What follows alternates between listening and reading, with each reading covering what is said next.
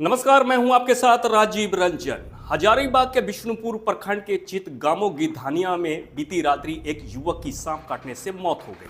मृतक मनोज कुमार टुंडू मजदूरी कर अपने परिवार का पेट पालते थे, लेकिन गांव में मूलभूत सुविधाओं के अभाव में उनकी जान ले ली। यह घटना न सिर्फ एक परिवार की त्रासदी है, बल्कि झारखंड के ग्रामीण इलाकों की बदहाली की भी एक सच्ची तस्वीर है। बीती रात करीब 1 बजे मनोज जमीन पर सोए थे, क्योंकि उनके पास चारपाई नहीं थी। उसी दौरान एक जहरीले सांप ने उन्हें काट लिया। जब तक परिजन कुछ समझ पाते और प्राथमिक उपचार की व्यवस्था करते, तब तक स्थिति बिगड़ चुकी थी। परिजनों ने आनन फानन में उन्हें विष्णुपुर स्वास्थ्य केंद्र ले जाने की कोशिश की, लेकिन गांव से बाहर निकलने का कोई पक्का रास्ता नहीं होने के कारण काफी देर हो गई। अस्पताल पहुंचने से पहले ही उनकी मौत हो चुकी थी। जब परिजन किसी तरह उन्हें स्वास्थ्य केंद्र ले गए, तब डॉक्टरों ने जांच कर बताया कि युवक की मौत पहले ही हो चुकी थी। अगर समय पर इलाज मिल जाता तो शायद उनकी जान बच सकती थी।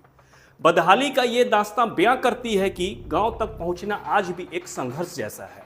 गांव के ग्रामीणों का आरोप है कि आज भी उनके गांव तक पहुंचने के लिए कोई पक्की सड़क नहीं है। बरसात के दिनों में स्थिति और भी भयावह हो जाती है।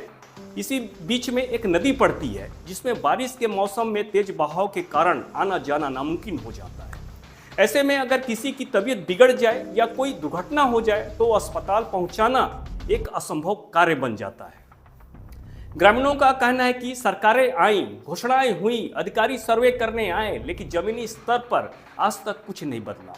सड़क तो जैसे सपना बन गया है। मनरेगा जैसी योजनाएं पोस्टरों और विज्ञापनों तक सीमित है।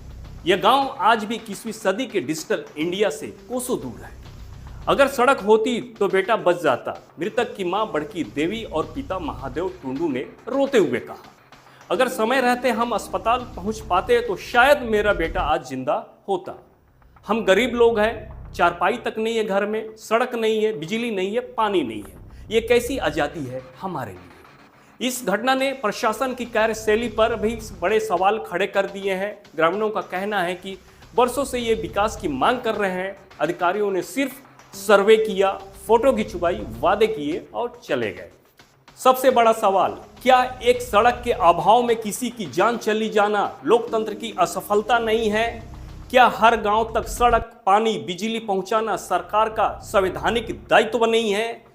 क्या सबका साथ सबका विकास सिर्फ नारा बनकर रह गया है? मनोज की मौत कोई अकेली घटना नहीं है, बल्कि यह हर उस गांव की कहानी है जहां आज भी सरकारी उपेक्षा के कारण लोग जान गंवा रहे हैं।